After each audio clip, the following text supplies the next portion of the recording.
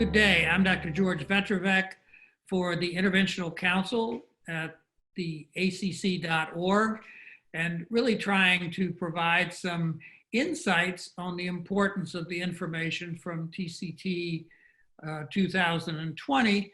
And I have with me today Dr. Roxana Mehran, who's going to provide a very nice set of summaries of some of the impact of the information presented at TCT. I really want to welcome everyone, and we really want this to be quick and informative. This is what you need to take home from TCT in terms of practical information. I'd like to start by asking Roxana if she'd just give us a little overview of TCT. This is a meeting that's been different than it's ever been before. And I really think we've gotten a lot out of it, but talk about it, Roxana. What do you think? Thank you, Dr. Vetrovec, and and ACC.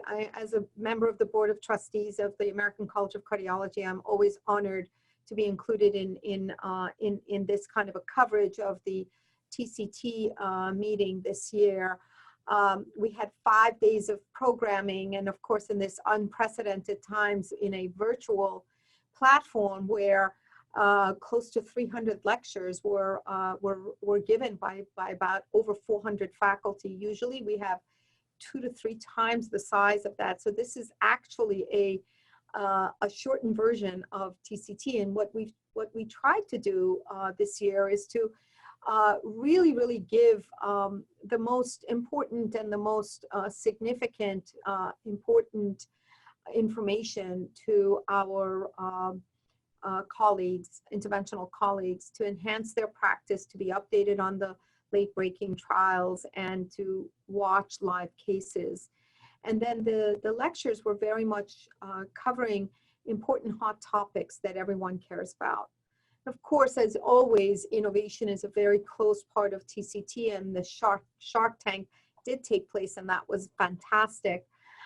We had special sessions, 6 special sessions on COVID-19 related sessions, which was also really exciting, as were the late-breaking clinical trials and science. 34 of them presented this week of the best in interventional cardiovascular therapeutics. So very excited to have been a part of TCT and to work with the Interventional Council, who were really highly represented at TCT as faculty members and as live case operators, etc., in the program. So it's been a fantastic meeting, and we're really pleased with. I think it's amazing. I really think it's amazing how well it's run and how informational it's been, despite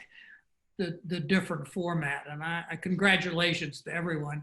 You mentioned the COVID part. I think it would be fair, because it's so much a part of everybody doing interventional cardiology, how to handle these patients. Are the guidelines or the recommendations appropriate that people have sort of put together?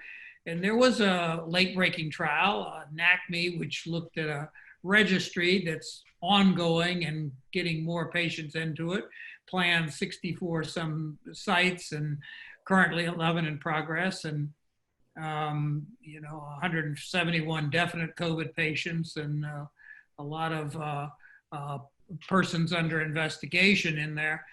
Could you talk just a little bit about that in terms of very quickly, kind of one bullet, what did it show, and what does the practitioner take away from this? Well, thank you for covering the NACMI registry. This is the North American COVID Myocardial Infarction Registry, and the idea, led by our colleagues from US and Canadian colleagues, was to kind of really have an idea with patients who have COVID positive or under investigation, who present with an ST segment elevation MI, and to take a look at these patients and compare the outcomes between these patients that are COVID positive versus those patients who or not, and historical control. And obviously it was an incredible work that had both the American College of Cardiology, SCI, the Midwest STEMI Consortium, and the CAIC, ACCI, the Canadian Society, worked all kind of working together, and they included COVID positive patients, as you said, and the patients under investigation who presented with an ST segment elevation MI on their 12 lead, and they had no exclusion. And it was a really, really well done, 64 active sites, 594 patients that were presented. And what they had, for the most part, they had 171, as you mentioned, COVID positive patients and 423 patients under investigation, and showing that there were a lot of differences in the patients who were COVID positive versus those under investigation, like more sicker patients actually in the COVID positive patients. And they basically, in a nutshell, even in a propensity matched analysis, showed that they were more frequently seeing these ST segment elevation MIs in Blacks, Hispanics, and diabetics. That's a really big finding, I think, and it underscores the importance of how we need to be very much into the underrepresented minorities, and understanding that these risk factors that they come in with, and especially their ST segment elevation MI being a presenting sign of COVID positive patients, is something to be importantly looked at. Also, those patients who came in with an ST segment elevation MI had a higher in-hospital mortality and a much higher in-hospital stroke with a longer length of stay. And what they basically came up with, that this ST segment elevation in COVID positive patients is a unique and high-risk patient population, and that primary PCI is still the #1 preferred, and it is absolutely feasible with the door-to-balloon times that were very similar between COVID patients and those under investigation, supporting all of our current recommendations. And so I think they're really working on future directions and in ongoing enrollment and expansion, and we're going to learn a tremendous amount in understanding the pathobiology of the ST segment elevation MI during a COVID infection.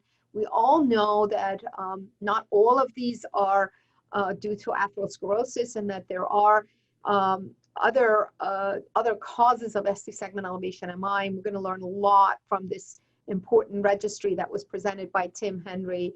I think one of the things that I take away from all of this is, given this high proportion of non-traditional ST segment events, which are probably microthrombi or something, some of them are probably myopathic. The important thing is that if you give lytics, you may be putting them at a risk that's not going to be beneficial at a different rate than we've thought of in the past when you and I were giving lytics as a standard treatment. Yeah.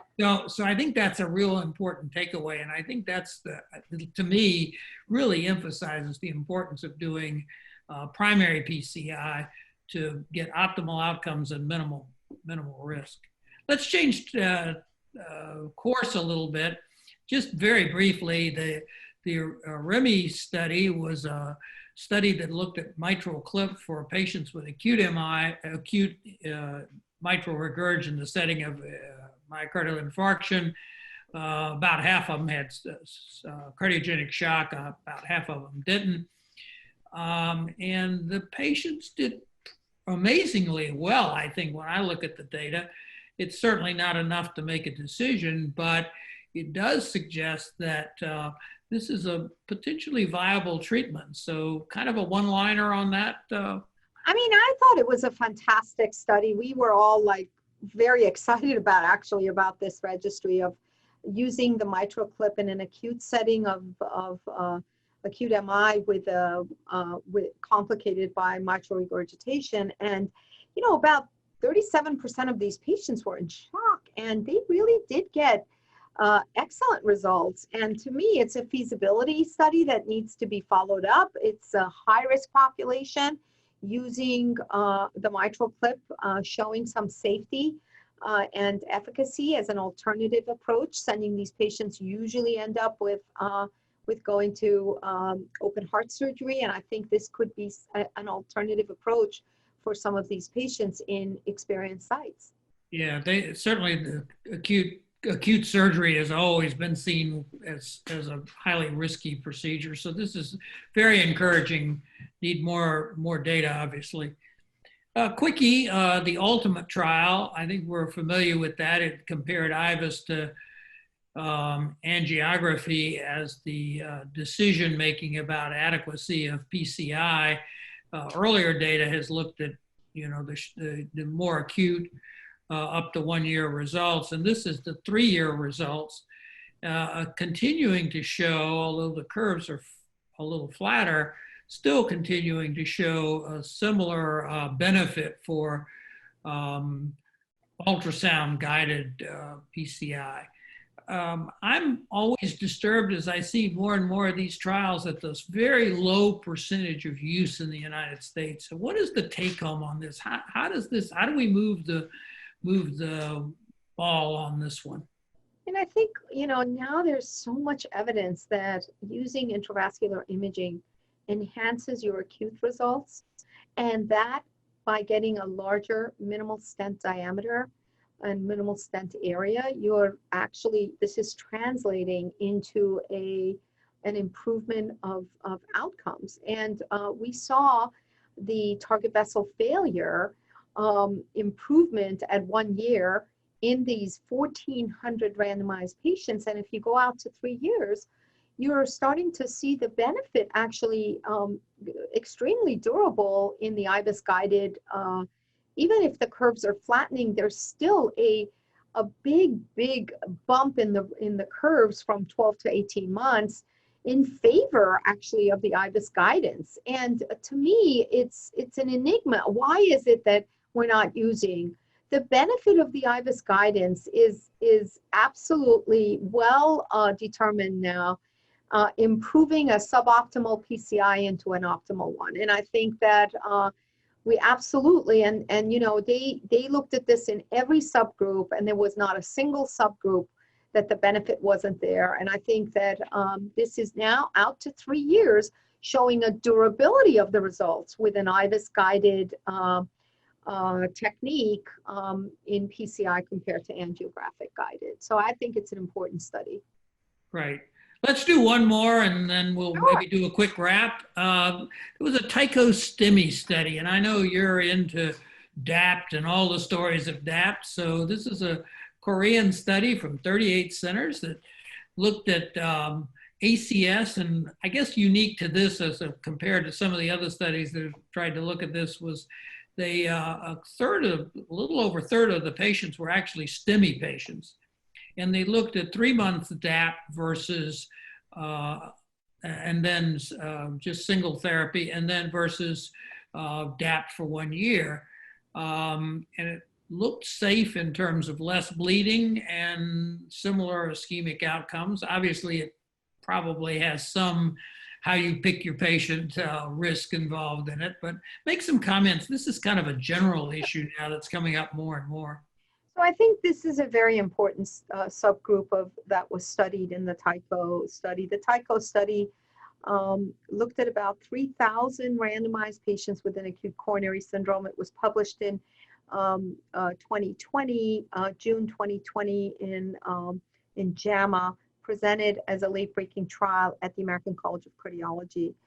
And important results there was 3 months of aspirin plus ticagrelor, followed by ticagrelor monotherapy, versus 12 months of aspirin ticagrelor all the way out to 1 year.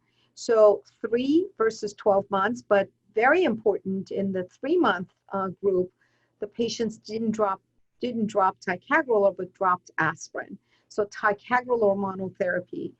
A very interesting, I think, innovative approach in trying to preserve the anti-thrombotic effect of a potent agent without increasing bleeding complications as compared to having aspirin around, and we showed that this was associated with less bleeding and similar ischemic outcomes in the Twilight study, but we never had STEMI patients included. Here, there are STEMI patients included, but they're underpowered, even in their STEMI patient population. However, what's very important and encouraging is to see that even in the STEMI, the results are consistent, and that this kind of an approach could be a way forward in STEMI patients. I would say we still need before we can go to ticagrelor or monotherapy for all after a short period of DAP, I think we need to study that in a larger cohort. Any thought about the interrelationship of the Asian population and their bleeding risk? Any comment about that? No, I mean, I think there's no question that we've always seen that our Asian population are more at risk for bleeding because of their smaller body habitus compared to the U.S. patient populations, and that they really do have also a low ischemic event rates. So this is a win-win situation for our patients in Asia. But this was very similar. We had very similar outcomes in Twilight that enrolled the most patients in the United States. It was the largest study that was actually mostly conducted in the United States. So we saw a very similar effect in reducing bleeding without increasing ischemic events, no matter which region of the world you studied these patients. You drop aspirin, you get less bleeding, and without the aspirin, you're not exposed to a higher risk of ischemic events if you have ticagrelor, this potent reversible agent on board. Great. Thanks very much for your contributions. It's made this, I think, an excellent learning event. I want to thank all of those who have watched and hope it's been helpful to you. This is Dr. George Vetrovec for the Interventional Council of the ACC and acc.org. Wishing you a good day. Thank you.